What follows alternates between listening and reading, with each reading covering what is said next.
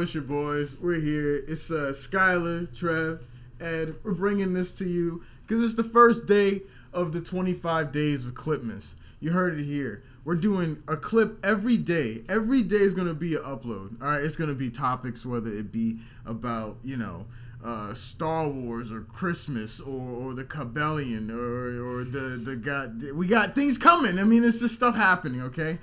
We told you there was going to be some things happening, and look, here you are. Good luck. All right, let's start it off with... So I don't actually know how to start this off with the Kybalion because it's such a deep thing that I don't even understand how you can introduce someone into this scape of knowledge. I mean, we could start with like the 7 principles. Yeah, okay. Let's do some history. History goes like this. Years ago, around when Abraham, the dude who started the Abrahamic religions, whether it be Hebrew or Christianity, this dude was alive. All right, and he had talked to this one guy named Hermes. Hermes had this hermetic, console. He had a collection. He had a collection of knowledge that went from medicine. It went from the how to live a life as a human being on Earth at the time, and even now it still comes up into the future.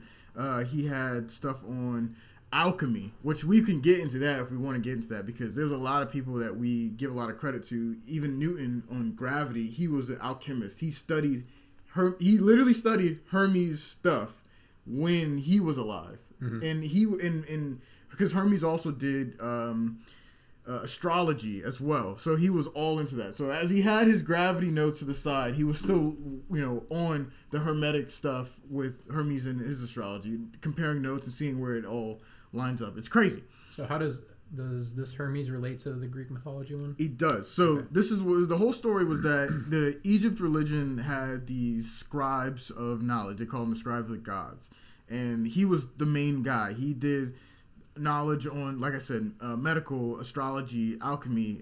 He was the guy who coined the mummification process and really made it such a thing. There's a reason why it breaks down into 14 parts of the body. He's the guy who did it. And by the way, 14 days was in the moon cycle as well. It's just a lot of things within these numbers, and he's the guy for that. So what happened was that this dude wrote a lot of stuff on his knowledge, and he sent it to Greece. And at the time, he kept making so many trips that he had people in his clan. They call it the Corpus Hermetics, and that's where the the snake around the cross thing, and there was a snake around it wasn't a cross at the time. It was like it was a tool that the Egyptians used, and I forget what it was, but it is what it is. Like a chisel or something? Yeah, you can look up the image and stuff like that. You'll find it pretty fast.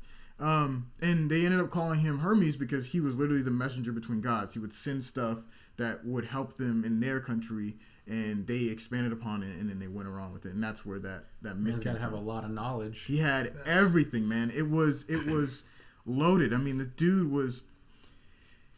Most of the stuff that he talks about is transformation of a human soul to do more. And the more could be whatever the person wanted to do. At the time, the whole Greece, even before Greece, the whole thing of alchemy was they wanted to transmute lead into gold. The reason why is because they thought lead was the most impure metal they could possibly find. And they knew that gold was the most pure metal to find. The reasoning behind that is if you go to if you have a pirate and he had buried some treasure in a cave. If you go back to that cave years ago, that cave was, florist of life or whatever. Now, if you go back to it, everything around it will be dead except the gold. Gold can withstand the test of time. You can have gold forever and it will barely decay because it's gold. There's something in its molecular bond that makes gold withstand everything. Mm-hmm. And so, chemical properties. Yeah. Right. So they knew that from years ago, and they kept going on with it. And the whole objective was to either make or to find the gold person. And that goes into gold. Oh, so like the perfect So yeah, you have to be pure is what they were trying to see. So the whole alchemic thing was that it was not just physical, but it was metaphysical within the body. Like if you found a lead person, there was a way that person can be a gold person, metaphorically. Okay. I feel like that's just a way of them saying like this person's super dense. Yeah, this man's lead. He's literally. This boy's stupid. That boy lead. So. This guy had this book, or I guess this collection of books called the Kybalion. Or Kybalion? The Kybalion sounds what it should sound like, I feel like. It has 7 properties. We can pull them up because I don't know them by heart. And I guess. Word. Read one and then go off? Yeah. All right. So I'm going to start with the one we were talking about a little earlier, which is the one we've been talking about for, I don't know, since high school. The principle of cause and effect. It explains that there is a cause for every effect and an effect for every cause. It also states that there is no such thing as chance, that chance is merely a term indicating extant causes not recognized or perceived. The principle is clarified in the chapter Causation. What do y'all think about that? Okay. It's cause and effect.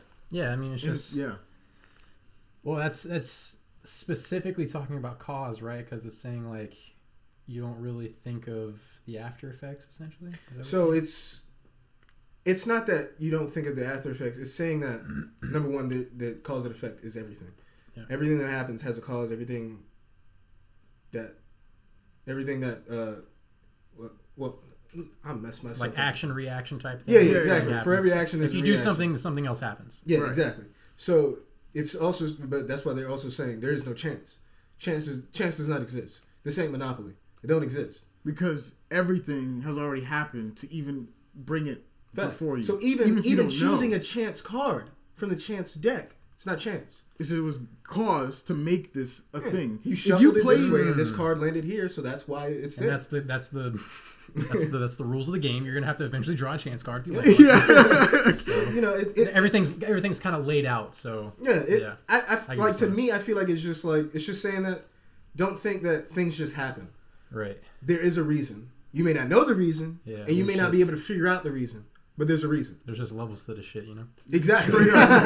Honestly, though, like, that's just what it is. Like, yeah. We've been talking about cause and effect for years because my whole big thing was, like, people, it's easy to say, like, why is this happening to me? Or it's easy to say, like, how could this be happening to me? But it's way harder to sit down and think about all the events that occurred and how much of a part you had to play in to create the situation and the circumstances that you are in today. Boom. And that, I think that's why people just kind of put it up to chance, because the lead up to that moment can be so minuscule and like go so far back as far as like the choices you make that if you try to think about it and like what led you there, it's really difficult. You'll go like, crazy. You'll go crazy. Yeah. Definitely, I agree. I mean, like, shoot, I don't know why I bought certain things, but like I bought them. I don't know specifically, but like it just depends on the situation. For real, like there's, when we were like, I'd be in my room and I'll like build some stuff. And I've organized my room in such a way where I put all the things that I've accumulated over time in a spot. So I know that if I come across it, I'll be there.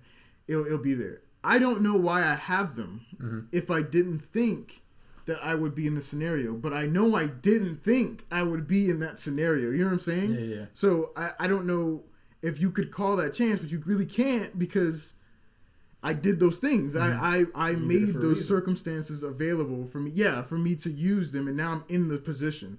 It was like the past me thanks, or future me, now me thanks past me for making those decisions. But that's not always the case. Sometimes you're in positions where you might not want to think past you for being in this scenario, but you have to take responsibility. Right. Yep.